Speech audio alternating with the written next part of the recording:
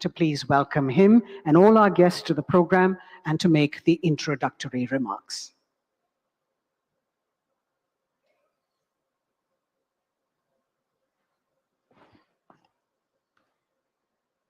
Very, very good morning to all.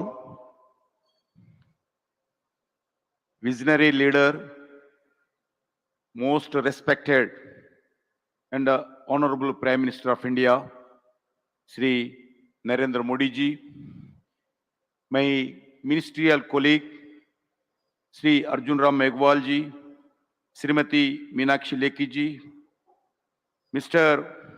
Monial Rabate, Director, Lou Abu Dhabi, and all the esteemed guests present here, all the officers and friends from media. At the outset, I extend a warm welcome and express my deepest gratitude to the Honorable Prime Minister for agreeing to inaugurate the first of its kind 3-day International Museum Expo.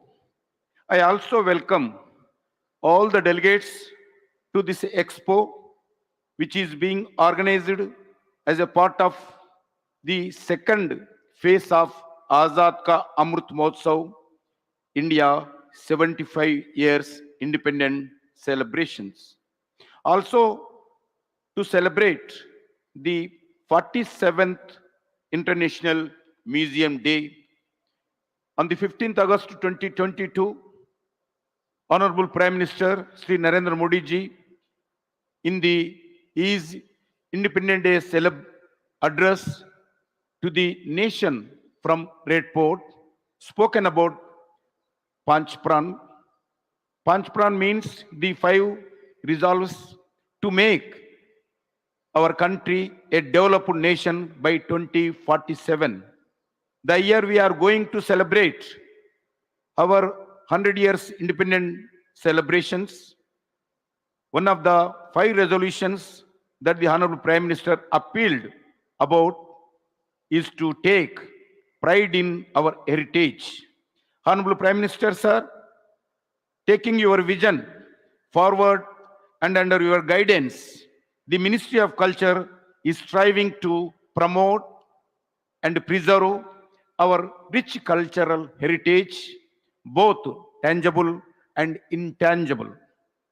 In the last 9 years, Government of India, under your visionary leadership, sir, is constantly working on the theme of Vikas Bhi or Virasat Bhi. We are equally focused both on the Vikas, means development, and also on Virasat, preserving and promoting our rich cultural heritage. It is a matter of great pride for us this year 2023, in the year of India's G20 presidency, on the theme of 4 themes being deliberated upon under the cultural track is protection and restitution of cultural heritage. Prime Minister, sir, since 2014, under your vision, more than 145 museums have been new developed in India, which is 1/3 of the total museums developed by the Government of India in the last 75 years. In India, in private sector and government sector, we have 1200 plus museums, provide a wonderful window to our arts, crafts, technology, and ancient heritage. As per your vision, you newly established Prime Minister Museum, Pradhan Mantri Sangrahalaya in New Delhi, is one such example where our rich historical past meets modern technology. Sir, you have time and again people of India to visit the museums, including in your Mann Ki Baat episode addressed to the nation, sir. We are working hard to make it a memorable experience for all our visitors by revamping many of these museums and by adopting new immersive and experimental technologies. Today, Museum Expo will bring together all the stakeholders under one roof to initiate a holistic conservation around the museum as per your vision, sir. The expo will have master classes, panel discussions, physical exhibitions, techno mela, and institute conversion lab and hands-on excavations, fit several workshops for school children also. We hope the International Museum Expo will pave the way for very vibrant museums movement and ecosystem in the country. With these words, I once again welcome and thanks our Honorable Prime Minister Sri Narendra Modi ji for his gracious presence and visionary leadership in protecting our heritage and all the delegates and all the museum organizations. Thank you. Jai Hind, Bharat Mata ki Jai.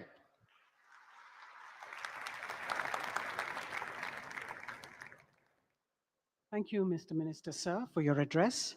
I now humbly request the Honorable Prime Minister to please do us the honor of unveiling and launching a few key components of the IME 2023. Ladies and gentlemen, if you've been wondering what this contraption is next to me, wonder no more as we request the Honorable Prime Minister to unveil the star element of the National Museum, a contemporary version of the bronze statuette of the dancing girl from the Sindhu Saraswati Sabhyata.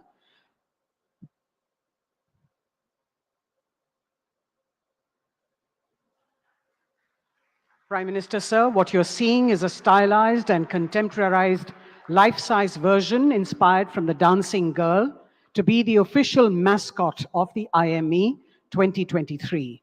You can also interpret this mascot as a modern-day Dwarpal or door guardian that ushers the audience into the experience of the International Museum Expo.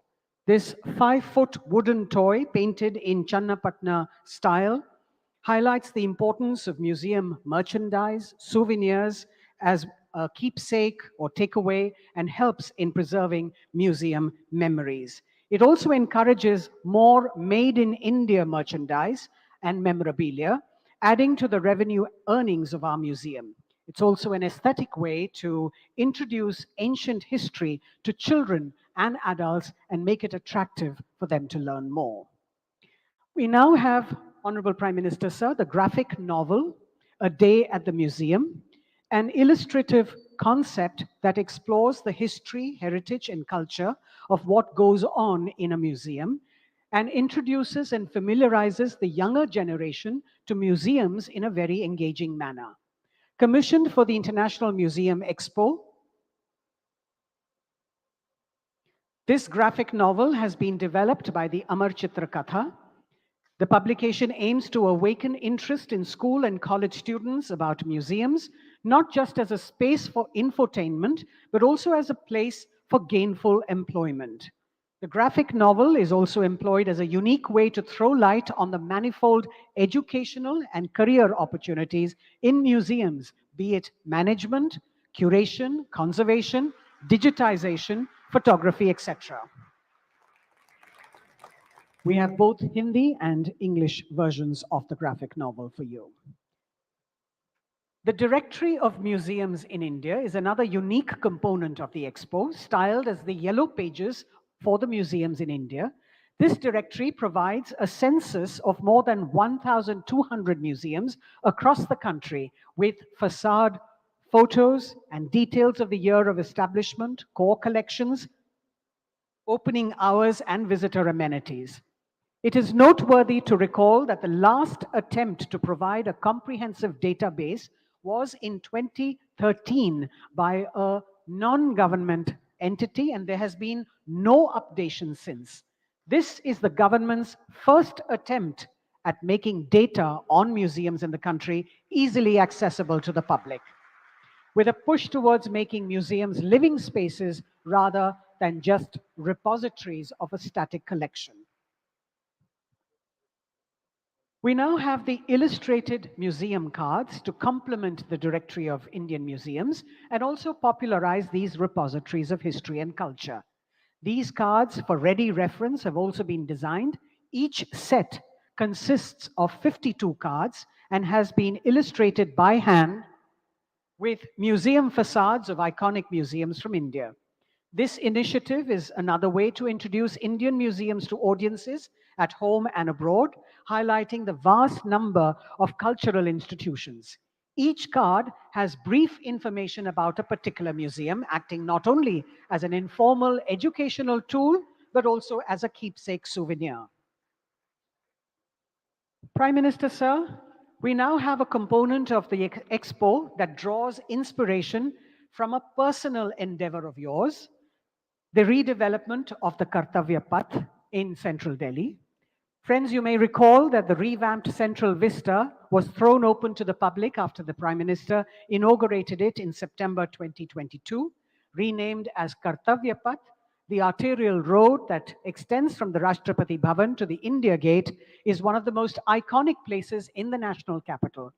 This refurbished public plaza now exhibits landscapes, lawns with walkways, added green spaces, renovated canals, amenity blocks, improved signages, and vending kiosks, etc., enhancing the public experience. The Ministry of Culture has in addition been regularly organizing a weekly cultural program titled Kalanjali that offers multiple art and cultural performances to the public, thus democratizing the public plaza. The pocket map of Kartavya Path, which the Honorable Prime Minister has launched today, is a small attempt to highlight the various state houses, cultural spaces, and the Ministry of Culture institutions along the iconic path. Thank you, Mr. Prime Minister, sir, for launching all those elements for us. Ladies and gentlemen, we have with us today the Director of the Louvre in Abu Dhabi, Mr. Manuel Rabate, a consummate museum professional who has been involved in the Louvre Abu Dhabi project for much of his career. He's a highly trained civil servant who rose to become the CEO of Agence France Museums, the organization created in 2008 to run the project with Abu Dhabi.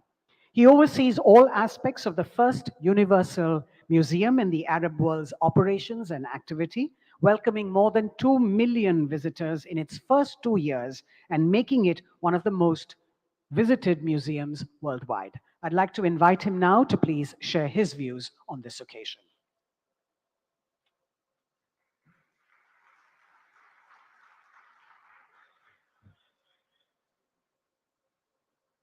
Namaste, Valère, bonjour, good morning. For those who need translation, thanks to my accent, you will be able to mix channel 1 and channel 2 at the same time, French and English. Your Excellencies, honorable delegates, ladies and gentlemen, it is with great honor and gratitude that I stand in front of you today at the International Museum Expo 2023 in New Delhi.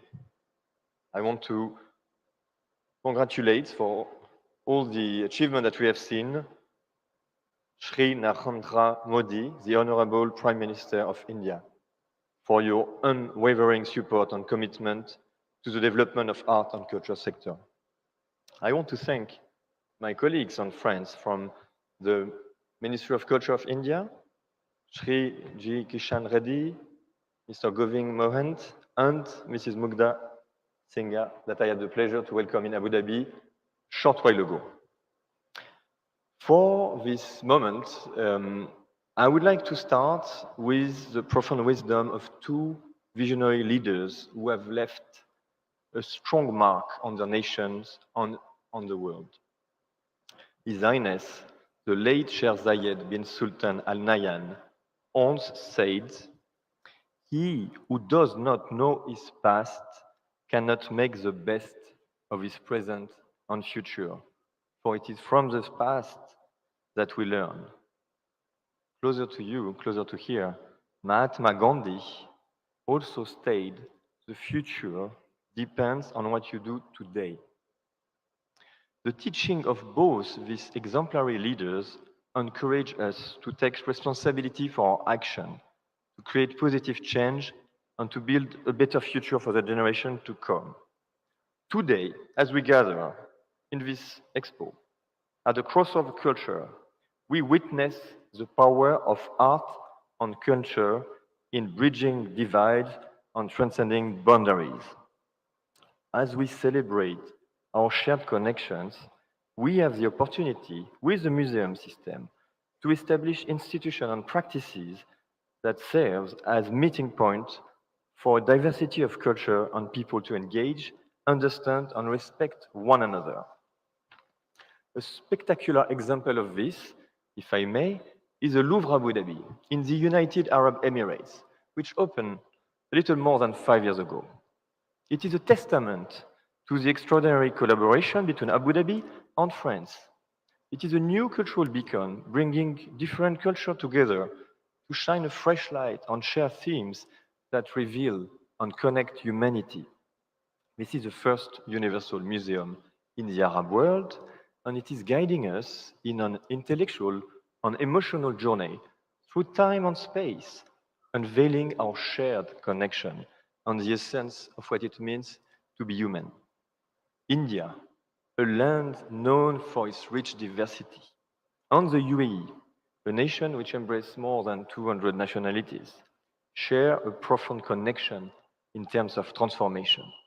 These nations are in constant motion, propelled by the interplay of culture, idea, and experience. In a very interconnected world, we have the opportunity to learn from one another, to draw upon our experience, success, sometimes failures of the past. As India, with this expo, is contemplating the future of its museum system, it is vital to embrace innovative models that define the role of museum to bolster its transformative journey. You have fantastically rich heritage and history. You are doing a commendable job of bringing it to the forefront. As a nation, you have made significant strides in showcasing your cultural treasure, and I applaud your efforts. I would like to share a few models, a few ideas for inspiration, not to copy, but to maybe learn from our success and our mistakes. I will propose 8 models or 8 ideas as takeaways that can resonate with what's happening here.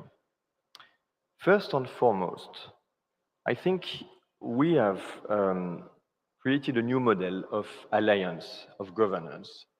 I'm a Frenchman working for the Department of Culture and Tourism of Abu Dhabi.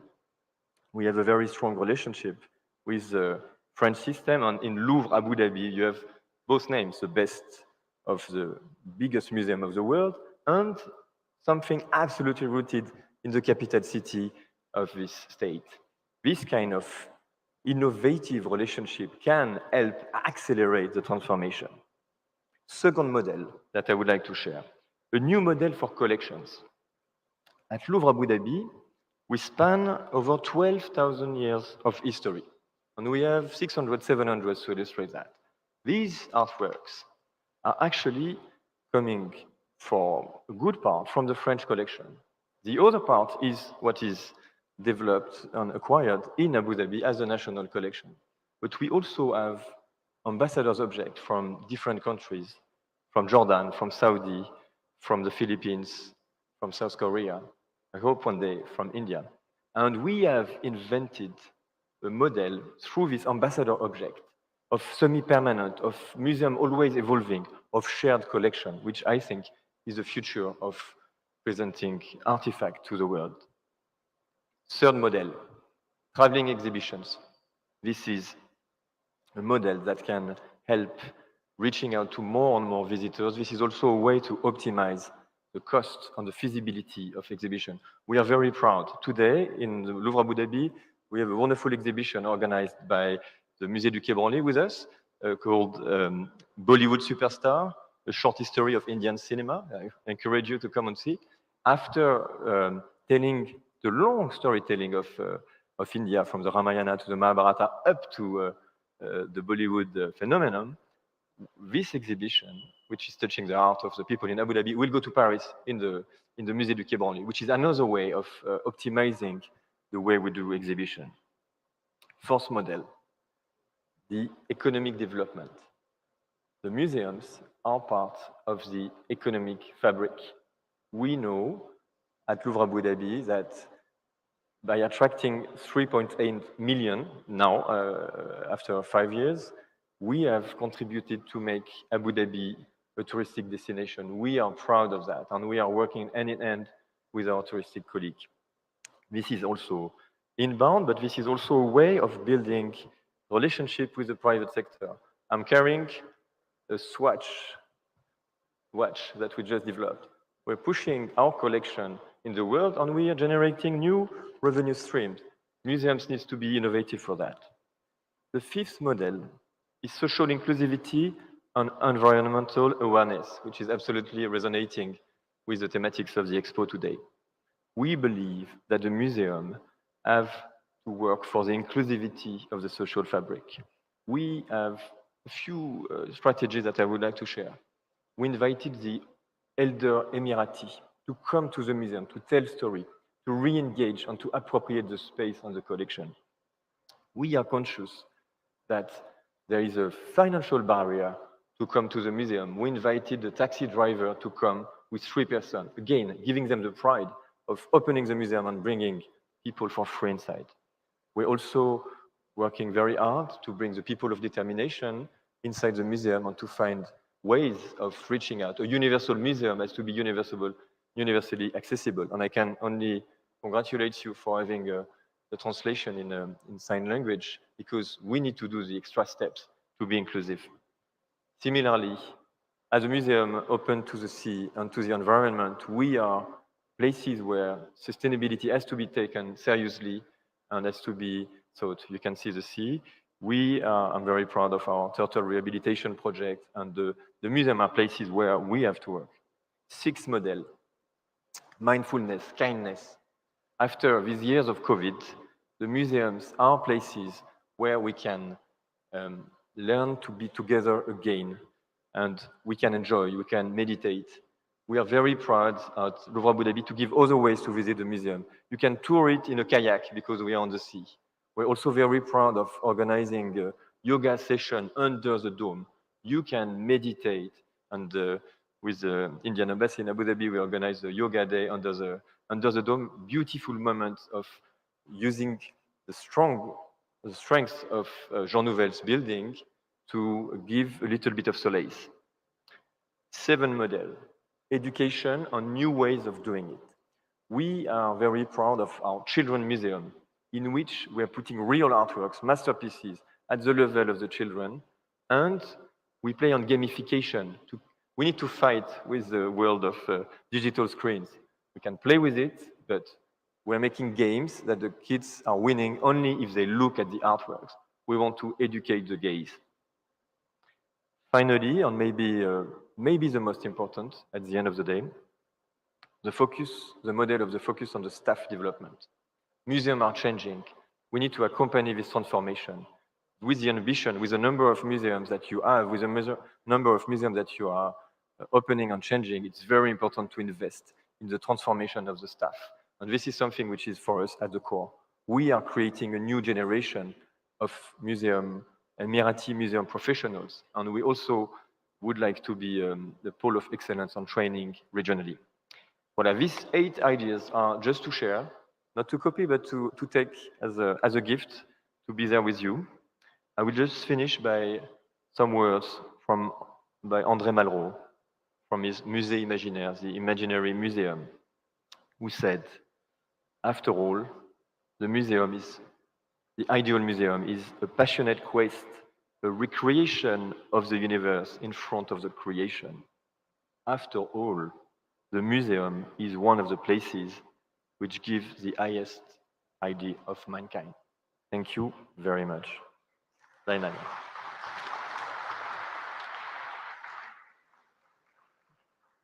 Thank you very much, Mr. Rabate.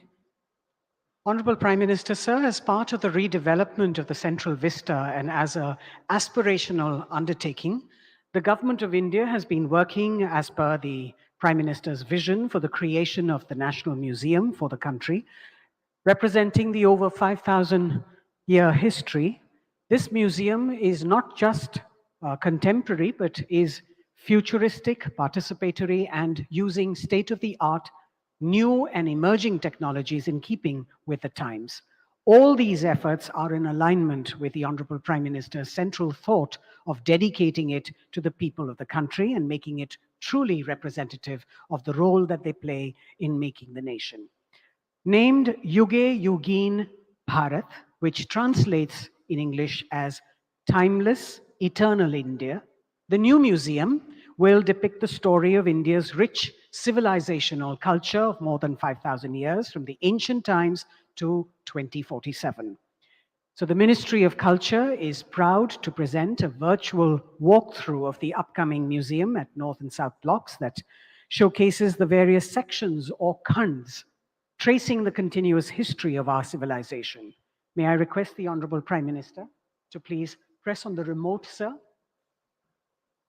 And we will play out the film.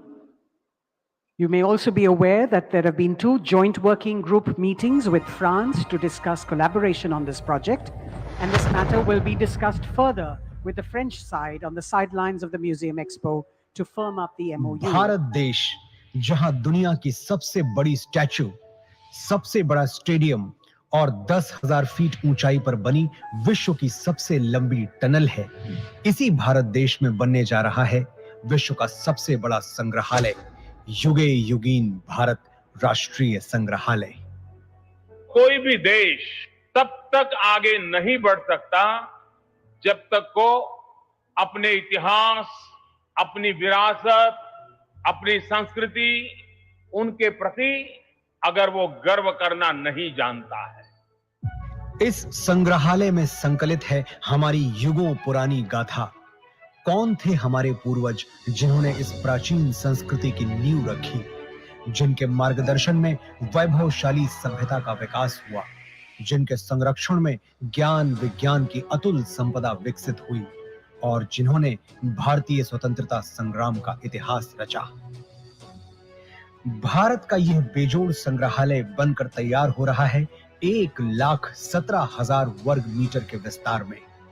इस ऐतिहासिक धरोहर के दोनों खंडों के 950 कक्षों में संकलित की जा रही है लगभग 5,000 वर्ष पुरानी भारत की अतुल सांस्कृतिक ज्ञान संपदा।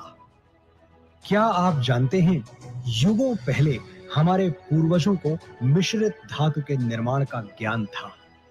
प्राचीन भारतीय धातु विज्ञान के प्रतीक रूप ऐसे ही एक द्वार से प्रवेश करके आरंभ करते हैं भारत खंड की अभूतपूर्व यात्रा। पहुंचते हैं भारतवर्ष की प्राचीन समृद्ध परंपराओं के संसार में।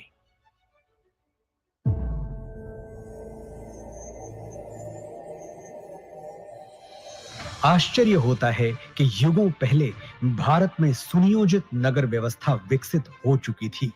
हम बात कर रहे हैं सिंधु सरस्वती सभ्यता की। क्या कभी सोचा है कि क्यों भारत में पर्वतों, समुद्रों, नदियों और पेड़ों की पूजा होती रही है? क्योंकि हजारों साल पहले भी हमारे विद्वान जानते थे कि जिन पंच तत्वों से सृष्टि का निर्माण हुआ, उन्हीं से सभी प्राणियों की रचना हुई। हजारों वर्ष पूर्व भारत की चारों दिशाओं में पीठों की स्थापना की गई थी, जिसने पूरे राष्ट्र को एक सूत्र में बांधा था। वेदों उपनिषदों में केवल आध्यात्मिक ही नहीं, राजनैतिक, सामाजिक, आर्थिक, ज्योतिष और विज्ञान जैसे सभी क्षेत्रों का ज्ञान समाहित है।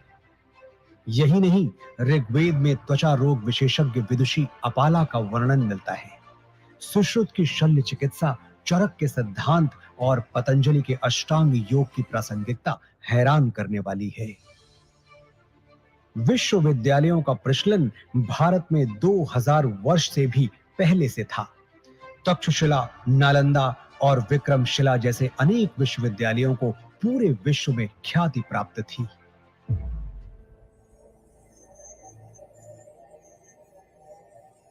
वैभवशाली मौर्य साम्राज्य के उत्थान और विस्तार के साथ ही यहाँ सातवाहन, पल्लव और कुषाण, गुप्त वंश का स्वर्णिम काल, राष्ट्रकूट, चालुक्य, चेर, पांड्य वंशों और कश्मीर आदि के शासकों की गौरव गाथाएं संकलित हैं।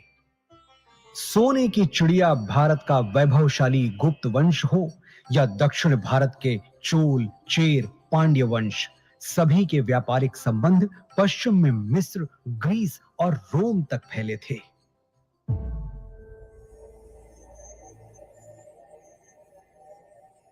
युग परिवर्तन के साथ अब प्रवेश करते हैं मध्यकाल में, जहां राजपूतों की शौर्य गाथा के साथ सल्तनत और मुगल युग का इतिहास संकलित है। चौहान, प्रतिहार, परमार, सोलंकी, सिसोदिया और राजपूत राजाओं की केवल शौर्य गाथाएं ही प्रसिद्ध नहीं थी, बल्कि उनके संरक्षण में कला, शिल्प, संस्कृति का भी अभूतपूर्व विकास हुआ।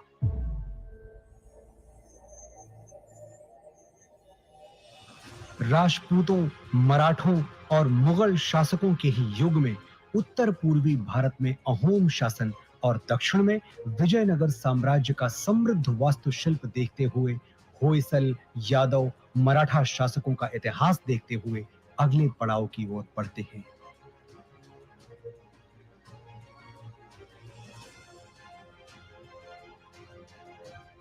बढ़ते हैं परिवर्तन के उस दौर की ओर जब ईस्ट इंडिया कंपनी को भारत में व्यापार की अनुमति मिली।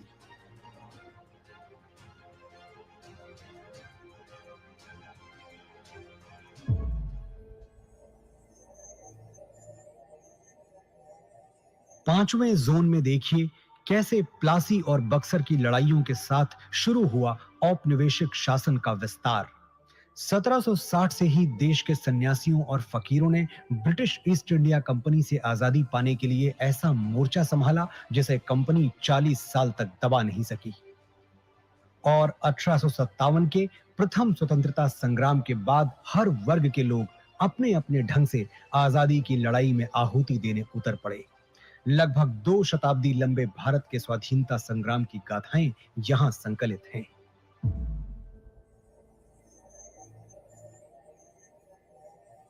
वर्षों के संघर्ष के बाद भारत की आजाद हवा में स्वतंत्रता का तिरंगा लहराया। सच है कि स्वतंत्र भारत के आगे अनेक आर्थिक, सामाजिक चुनौतियां थीं। हर चुनौती को पार करने के लिए, सशक्त राष्ट्र का निर्माण करने के लिए स्वतंत्र भारत ने फिर से राष्ट्र को संप्रभु लोकतांत्रिक गणराज्य बनाया।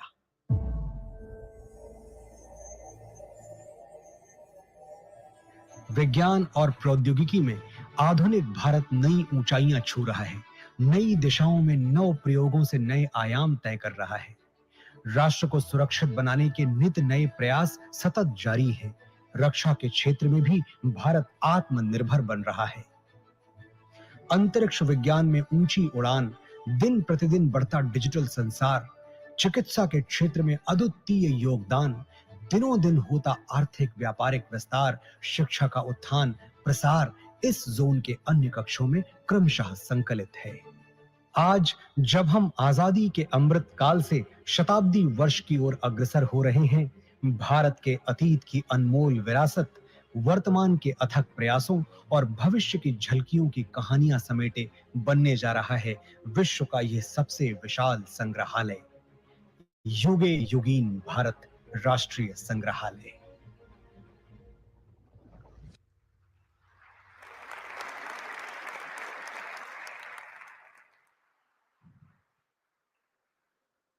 May I now request the Honorable Prime Minister of India, Shri Narendra Modi ji, to please address the august gathering.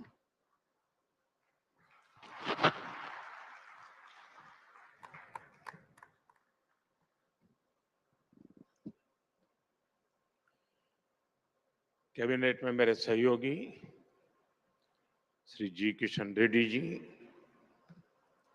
Meenakshi Lekhi जी, अर्जुन राम मेघवाल जी, लू म्यूजियम के निर्देशक मैनुअल रबाते जी, दुनिया के अलग अलग देशों से आए अतिथिगण, अन्य महानुभाव, देवी और सज्जनों, आप सभी को इंटरनेशनल म्यूजियम डे की बहुत बहुत शुभकामनाएं।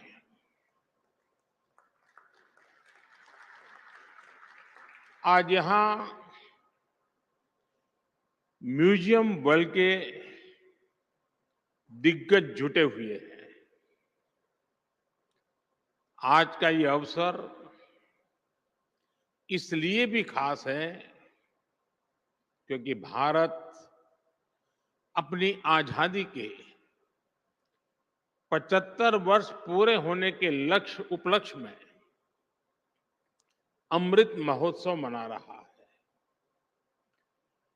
इंटरनेशनल म्यूजियम एक्सपो में भी इतिहास के अलग अलग अध्याय आधुनिक तकनीक से जुड़कर जीवंत हो रहे हैं। जब हम किसी म्यूजियम में जाते हैं तो ऐसा महसूस होता है जैसे बीते हुए कल से, उस दौर से हमारा परिचय हो रहा है, हमारा साक्षात्कार हो रहा है। म्यूजियम में जो दिखता है वो तथ्यों के आधार पर होता है, प्रत्यक्ष होता है, एविडेंस बेस्ड होता है। म्यूजियम में हमें एक और अतीत से प्रेरणाएं मिलती हैं तो दूसरी ओर भविष्य के प्रति अपने कर्तव्यों का बोध भी होता है। आपकी जो थीम है सस्टेनेबिलिटी एंड वेलबींग, वो आज के विश्व की प्राथमिकताओं को हाईलाइट करती हैं और इस आयोजन को और ज्यादा प्रासंगिक बनाती है। मुझे विश्वास है आपके प्रयास संग्रहालयों में युवा पीढ़ी की रुचि को और बढ़ाएंगे, उन्हें हमारी धरोहरों से परिचित कराएंगे। मैं आप सभी का इन प्रयासों के लिए अभिनंदन करता हूं। यहां आने से पहले मुझे कुछ पल म्यूजियम में बताने का अवसर मिला।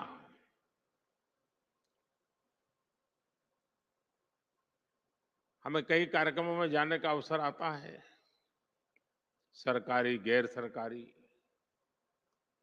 लेकिन मैं कह सकता हूं कि मन पर प्रभाव पैदा करने वाला पूरा प्लानिंग, उसका एग्जीक्यूशन,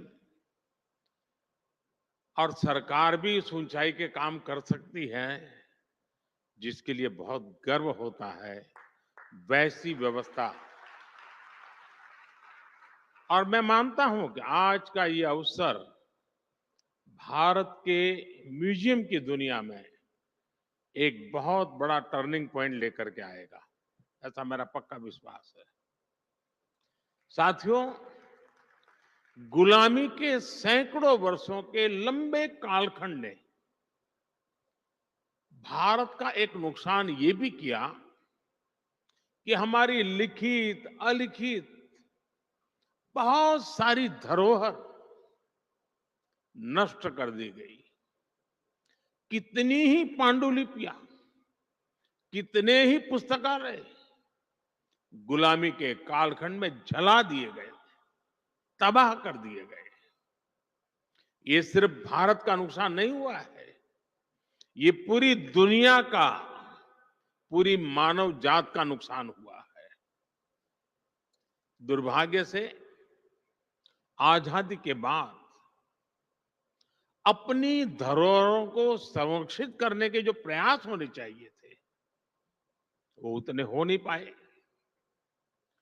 लोगों में धरोहरों के प्रति जागरूकता की कमी ने इस क्षति को और ज्यादा बढ़ा दिया और इसलिए आजादी के अमृतकाल में भारत ने जिन पंच प्राणों की घोषणा की है उनमें प्रमुख है अपनी विरासत पर गर्व।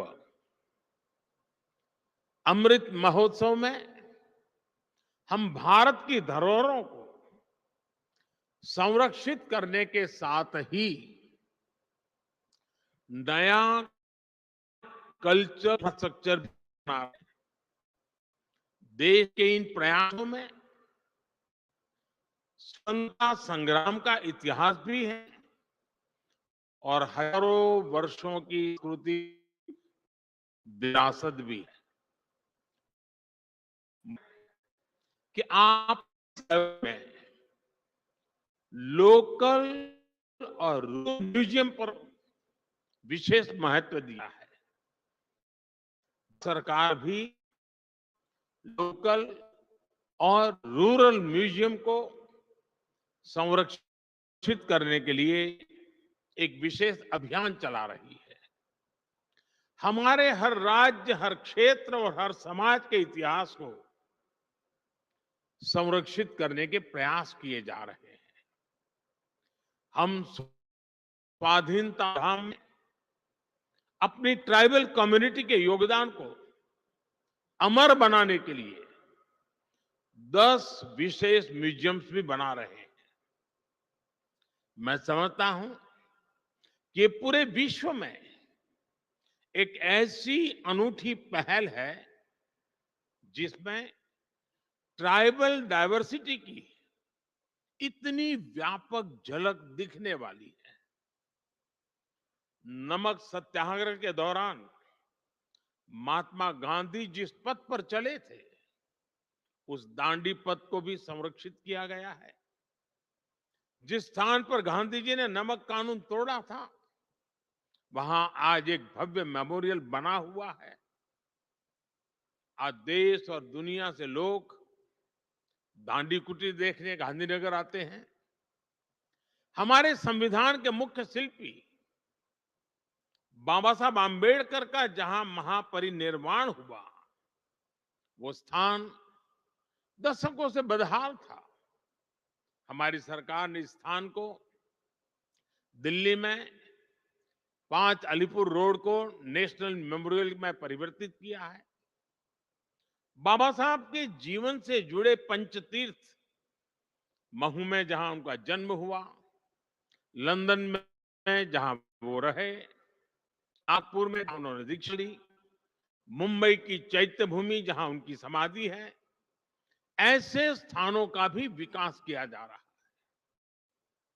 भारत की 580 से ज्यादा रियासतों को जोड़ने वाले सरदार साहब की गगनचुंबी प्रतिमा स्टैच्यू ऑफ यूनिटी आज देश का गौरव बनी हुई है। स्टैच्यू ऑफ यूनिटी के भीतर भी एक म्यूजियम बना हुआ है। चाहे पंजाब में जलियांवाला बाग हो, गुजरात में गोविंद गुरु जी का स्मारक हो, यूपी के वाराणसी में मान महल म्यूजियम हो, गोवा में म्यूजियम ऑफ क्रिश्चियन आर्ट हो, ऐसे अनेक स्थानों को संरक्षित किया गया है। म्यूजियम से जुड़ा एक और अनूठा प्रयास भारत में हुआ है। हमने राजधानी दिल्ली में देश के सभी पूर्व प्रधानमंत्रियों की यात्रा और योगदान को समर्पित पीएम म्यूजियम बनाया है। आज पूरे देश से लोग आकर पीएम म्यूजियम में आजादी के बाद की भारत की विकास यात्रा के साक्षी बन रहे हैं। मैं यहां आए अपने अतिथियों से विशेष आग्रह करूंगा कि एक बार इस म्यूजियम को भी अवश्य देखें।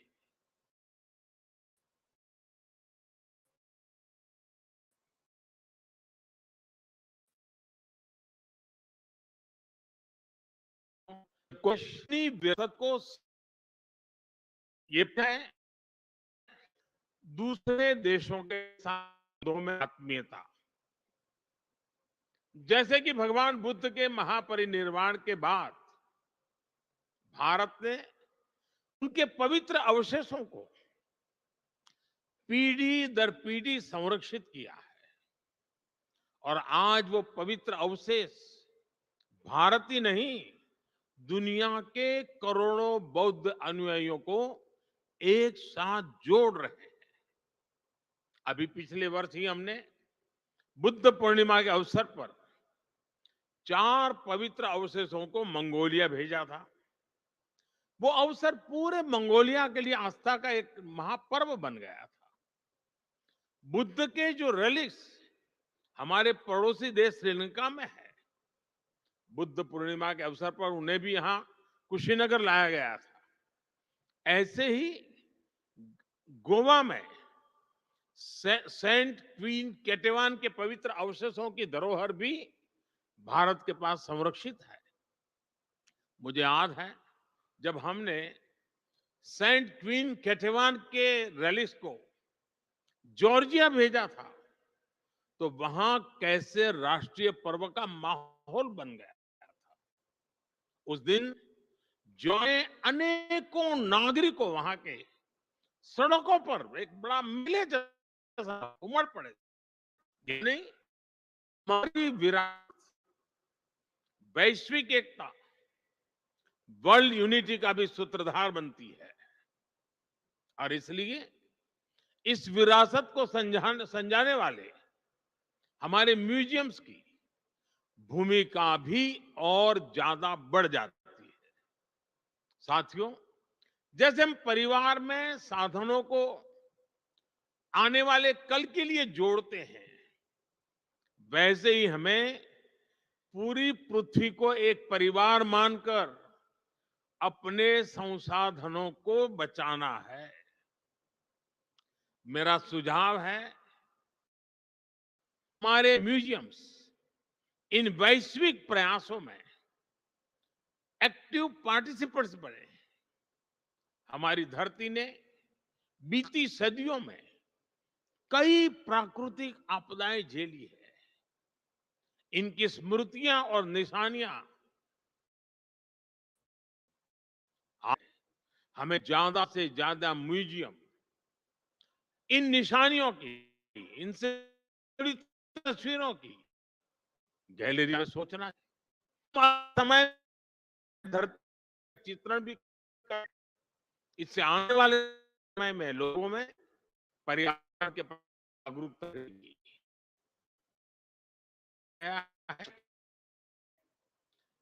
गैस्ट्रोनोमिक एक्सपीरियंस के लिए भी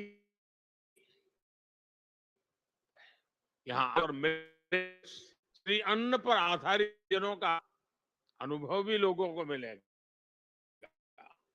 के प्रयासों से आयुर्वेद और मिलेट्स, श्री अन्न दोनों ही इन दिनों एक ग्लोबल मूवमेंट बन चुके हैं। हम श्री अन्न अलग वस्तुओं के वर्ष पर भी नए म्यूजियम बना सकते हैं। इस तरह के प्रयास इस नॉलेज सिस्टम को वाली पीढ़ियों तक पहुंचाएंगे और उन्हें अमर बनाएंगे। साथियों, इन सभी प्रयासों में हमें सफलता तभी मिलेगी जब हम ऐतिहासिक वस्तुओं के संरक्षण को देश का स्वभाव बनाएं। अब सवाल ये, धरोहरों का देश की नागरिक बनेगा कैसे? छोटा सा उदाहरण देता हूं। क्यों न भारत में हर परिवार अपने घर में अपना एक पारिवारिक संग्रहालय बनाए, घर के ही लोगों के विषय, अपने ही परिवार की जानकारियां, इसमें घर के और कुछ खास चीजें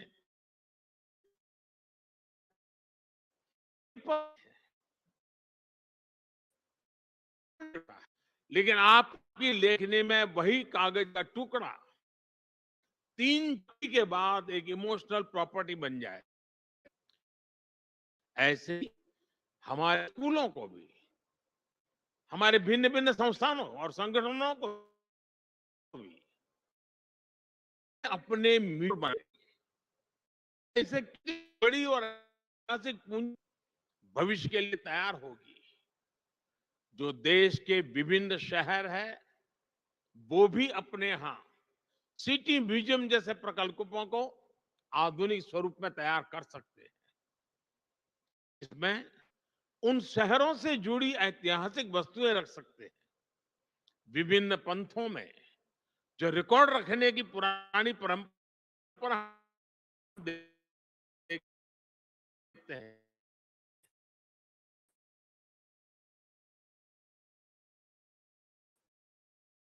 वो मदद करेगी। प्लेस नहीं, बल्कि एक केयर रहे हैं। लेकिन मैं चाहूंगा कि हम अपने युवाओं को केवल हिस्ट्री और आर्किटेक्चर जैसे विषयों से जुड़े ये युवा ग्लोबल कल्चरल एक्शन के मीडियम बन सकते हैं। ये युवा दूसरे देशों के में जा सकते हैं, वहां के युवाओं से दुनिया के अलग कल्चर के बारे में सीख सकते हैं, भारत के कल्चर के बारे में उन्हें बता सकते हैं। इनका अनुभव और अतीत से जुड़ाव अपने देश की विरासत के संरक्षण के लिए बहुत ही प्रभावी सिद्ध होगा। साथियों, आज जब हम साझी विरासत की बात कर रहे हैं, तो मैं एक साझी चुनौती का भी जिक्र करना चाहता हूं। ये चुनौती है कलाकृतियों की तस्करी और एप्रोप्रिएशन। भारत जैसे प्राचीन संस्कृति वाले देश सैकड़ों वर्ष से इसे जूझ रहे हैं। आजादी के पहले और आजादी के बाद भी हमारे देश से अनेकों कलाकृतियां अनएथिकल तरीके से बाहर ले जाई गई। हमें इस तरह के अपराध को रोकने के लिए मिलकर काम करना होगा। मुझे खुशी है कि आज दुनिया भर में भारत की बढ़ती साख के बीच अब विभिन्न देश भारत को उसकी धरोहर लौटाने लगे हैं। बनारस से चोरी हुई मां अन्नपूर्णा की मूर्ति हो, गुजरात से चोरी हुई महिषासुर मर्दिनी की प्रतिमा हो, चोल साम्राज्य के दौरान निर्मित नटराज की प्रतिमाएं हो, गुरु गोविंद सिंह जी के नाम से सुशोभित तलवार हो, पिछले 9 साल में ही करीब 240 प्राचीन कलाकृतियों को भारत वापस लाया गया है। जबकि उसके पहले कई दशकों तक ये संख्या 20 भी नहीं पहुंची थी। इन 9 वर्षों में भारत से सांस्कृतिक कलाकृतियों की तस्करी भी काफी कम हुई है। मेरा दुनिया भर के कला पारखियों से आग्रह है, विशेषकर म्यूजियम से जुड़े लोगों से अपील है कि इस क्षेत्र में सहयोग को और बढ़ाएं। किसी भी देश के किसी भी म्यूजियम में कोई ऐसी कलाकृति नहीं हो जो अनएथिकल तरीके से वहां पहुंची हो। हमें सभी म्यूजियम्स के लिए इसे एक मोरल कमिटमेंट बनाना चाहिए। साथियों, मुझे विश्वास है हम अतीत से जुड़े रहकर भविष्य के लिए नए आइडियाज पर इसी तरह काम करते रहेंगे। हम विरासत को सहेजेंगे भी और नई विरासत का निर्माण भी करेंगे। इसी कामना के साथ आप सभी का हृदय से बहुत बहुत धन्यवाद।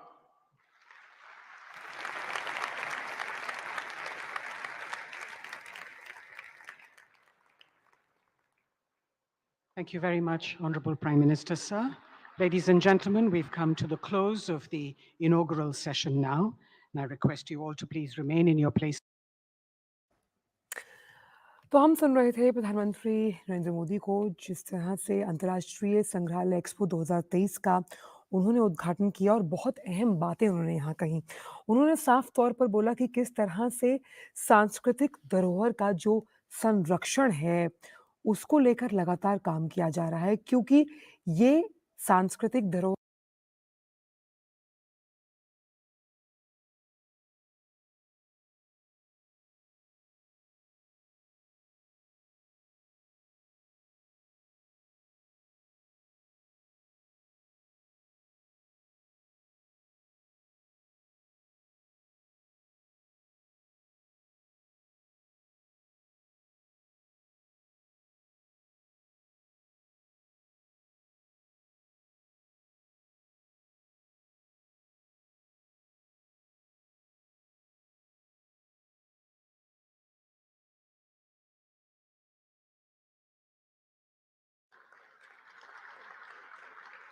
आज यहाँ म्यूजियम वर्ल्ड के दिग्गज जुटे हुए हैं। आज का ये अवसर इसलिए भी खास है क्योंकि भारत अपनी आजादी के 75 वर्ष पूरे होने के उपलक्ष्य में अमृत महोत्सव मना रहा है। इंटरनेशनल म्यूजियम एक्सपो में भी इतिहास के अलग अलग अध्याय आधुनिक तकनीक से जुड़कर जीवंत हो रहे हैं। जब हम किसी म्यूजियम में जाते हैं तो ऐसा महसूस होता है जैसे बीते हुए कल से उस दौर से हमारा परिचय हो रहा है, हमारा साक्षात्कार हो रहा है। म्यूजियम में जो दिखता है वो तथ्यों के आधार पर होता है, प्रत्यक्ष होता है, एविडेंस बेस्ड होता है। म्यूजियम में हमें एक और अतीत से प्रेरणाएं मिलती हैं तो दूसरी ओर भविष्य के प्रति अपने कर्तव्यों का बोध भी होता है। आपकी जो थीम है सस्टेनेबिलिटी एंड वेलबींग, वो आज के विश्व की प्राथमिकताओं को हाईलाइट करती हैं और इस आयोजन को और ज्यादा प्रासंगिक बनाती हैं। मुझे विश्वास है आपके प्रयास संग्रहालयों में युवा पीढ़ी की रुचि को और बढ़ाएंगे, उन्हें हमारी धरोहरों से परिचित कराएंगे। मैं आप सभी का इन प्रयासों के लिए अभिनंदन करता हूं। यहां आने से पहले मुझे कुछ पल म्यूजियम में बताने का अवसर मिला।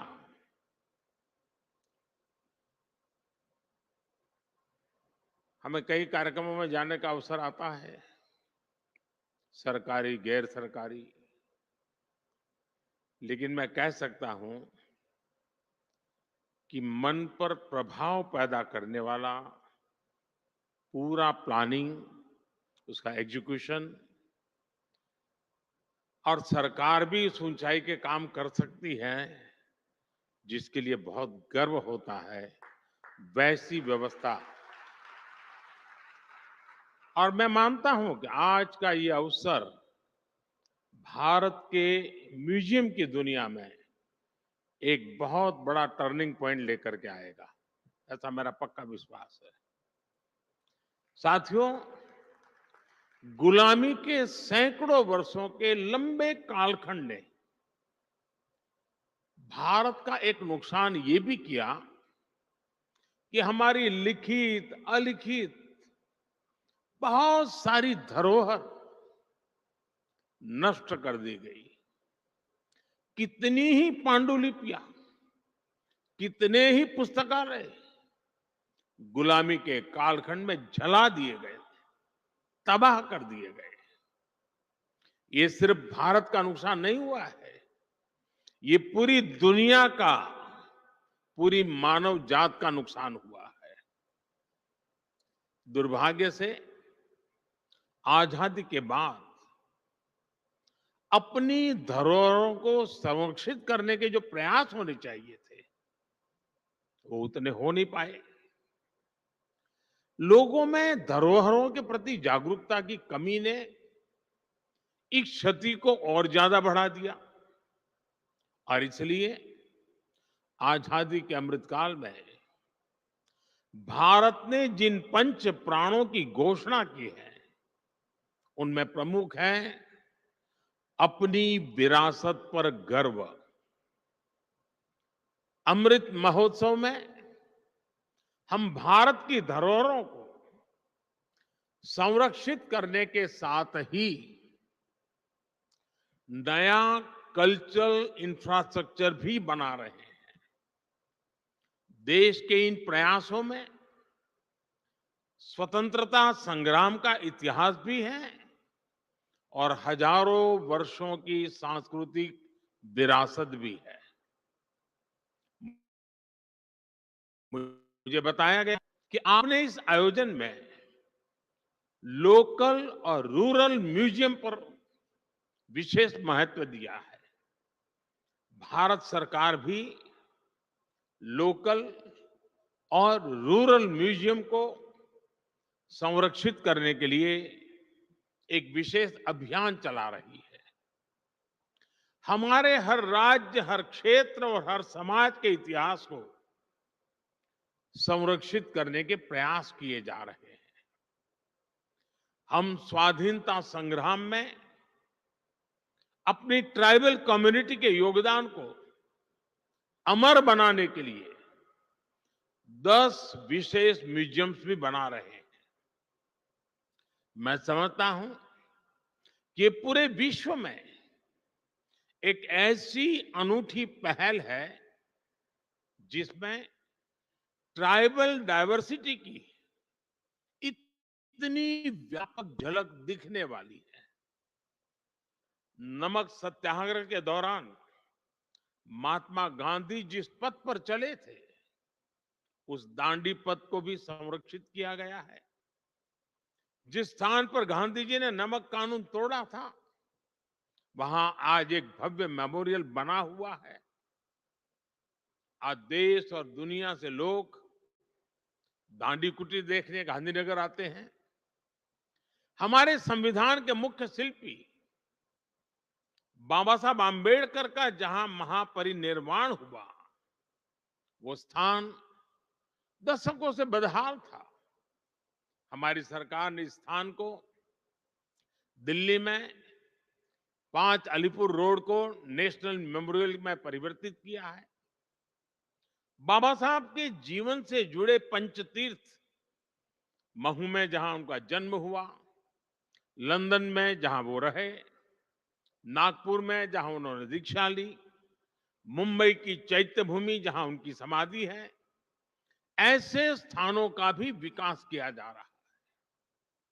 भारत की 580 से ज्यादा रियासतों को जोड़ने वाले सरदार साहब की गगनचुंबी प्रतिमा स्टैच्यू ऑफ यूनिटी आज देश का गौरव बनी हुई है।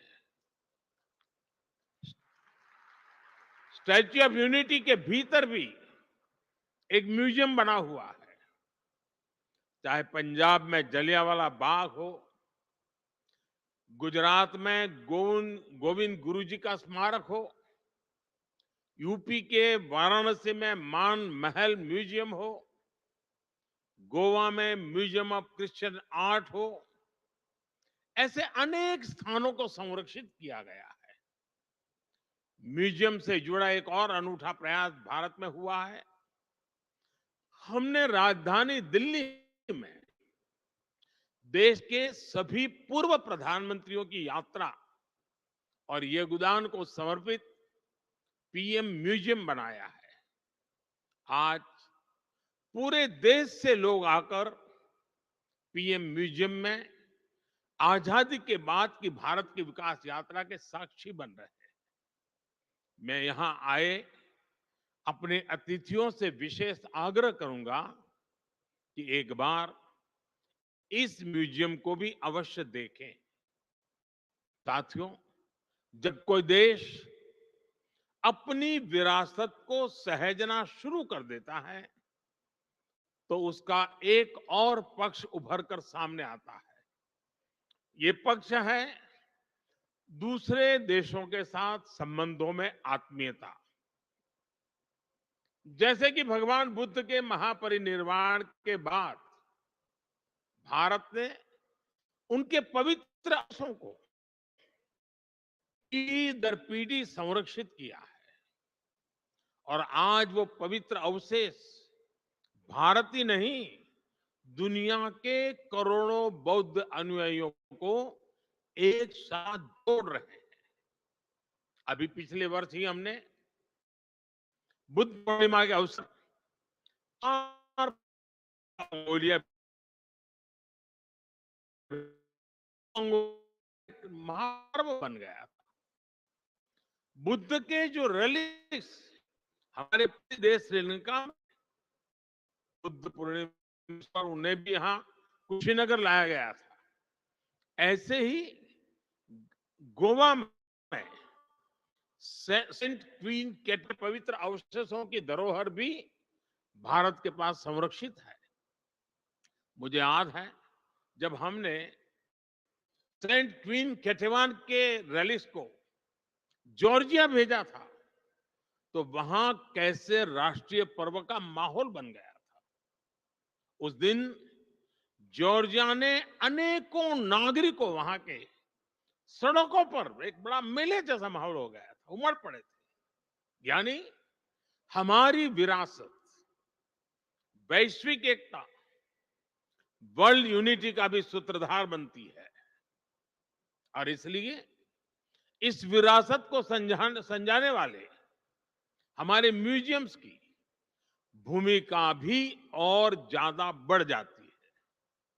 साथियों, जैसे हम परिवार में साधनों को आने वाले कल के लिए जोड़ते हैं, वैसे ही हमें पूरी पृथ्वी को एक परिवार मानकर अपने संसाधनों को बचाना है। मेरा सुझाव है कि हमारे म्यूजियम्स इन वैश्विक प्रयासों में एक्टिव पार्टिसिपेंट्स बने। हमारी धरती ने बीती सदियों में कई प्राकृतिक आपदाएं झेली है। इनकी स्मृतियां और निशानियां आज भी मौजूद है। हमें ज्यादा से ज्यादा म्यूजियम इन निशानियों की, इनसे जुड़ी तस्वीरों की गैलरी की दिशा में सोचना चाहिए। हम अलग अलग समय में धरती की बदलती तस्वीर का चित्रण भी कर सकते हैं। आने वाले समय में लोगों में पर्यावरण के प्रति जागरूकता बढ़ेगी। मुझे बताया गया है कि इस एक्सपो में गैस्ट्रोनोमिक एक्सपीरियंस के लिए भी स्पेस बनाया गया है। यहाँ आयुर्वेद और मिलेट्स, श्री अन्न पर आधारित व्यंजनों का अनुभव भी लोगों को मिलेगा। भारत के प्रयासों से आयुर्वेद और मिलेट्स, श्री अन्न दोनों ही इन दिनों एक ग्लोबल मूवमेंट बन चुके हैं। हम श्री अन्न और अलग अलग वनस्पतियों के हजारों वर्ष की यात्रा के आधार पर भी नए म्यूजियम बना सकते हैं। इस तरह के प्रयास इस नॉलेज सिस्टम को आने वाली पीढ़ियों तक पहुंचाएंगे और उन्हें अमर बनाएंगे। साथियों, इन सभी प्रयासों में हमें सफलता तभी मिलेगी जब हम ऐतिहासिक वस्तुओं के संरक्षण को देश का स्वभाव बनाए। अब सवाल ये कि अपनी धरोहरों का संरक्षण देश के सामान्य नागरिक स्वभाव बनेगा कैसे? मैं एक छोटा सा उदाहरण देता हूं। क्यों ना भारत में हर परिवार अपने घर में अपना एक पारिवारिक संगठन बनाए, घर के ही लोगों के विषय में कई पर की जानकारियां इसमें घर के बुजुर्गों की पुरानी और कुछ खास चीजें रखी जा सकती हैं। आज आप जो एक पेपर लिखते हैं वो आपको सामान्य लगता है, लेकिन आपकी लेखनी में वही कागज का टुकड़ा 3-4 पीढ़ी के बाद एक इमोशनल प्रॉपर्टी बन जाएगा। ऐसे ही हमारे स्कूलों को भी, हमारे भिन्न भिन्न संस्थानों और संगठनों को